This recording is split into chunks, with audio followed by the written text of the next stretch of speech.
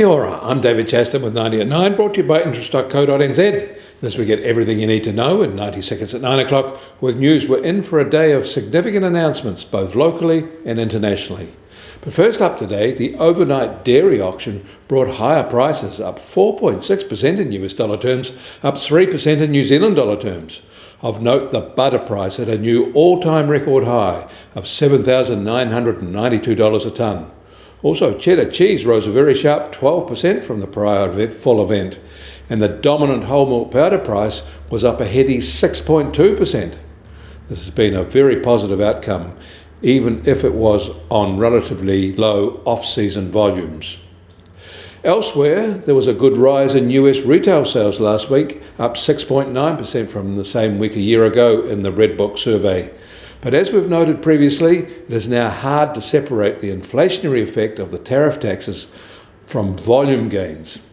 It is about now that the tariff tax impact will start happening. All eyes are on Apple because they won't be able to avoid price hikes much longer now. None of this is helping sentiment. The latest survey, this one from the Real Clear Markets TIPP Economic Optimism Index, retreated in May from April when a gain was anticipated. And this was its lowest in 7 months.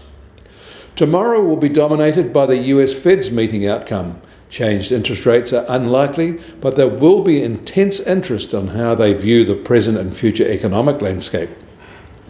And there is a lot going on today, and amongst that, we are expecting a significant Chinese briefing by their central bank and other regulators about new moves to respond to their economic pressures triggered by the tariff war. The US Treasury 10-year yield is now at 4.31%, down 3 basis points from yesterday at this time.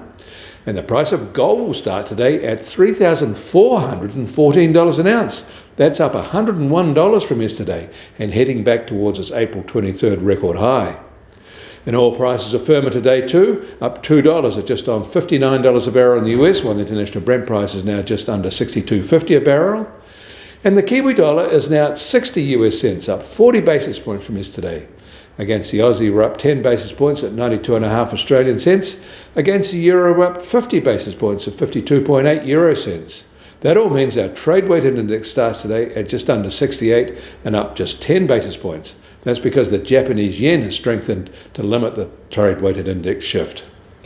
Join us at 10:45 a.m. this morning for the release of the important March quarter jobs report for New Zealand. We're expecting no rise in employment and a rise in unemployment to 5.3%. Variations from that might be market moving. And then at 2 p.m. this afternoon, we'll be covering the RBNZ's half-yearly financial stability report. This will be Christian Hawkesby's first big set-piece presentation as Governor, a role he holds until at least October. You can get more news about the economy in New Zealand from interest.co.nz. Kia ora, I'm David Chaston, and we'll do this again tomorrow.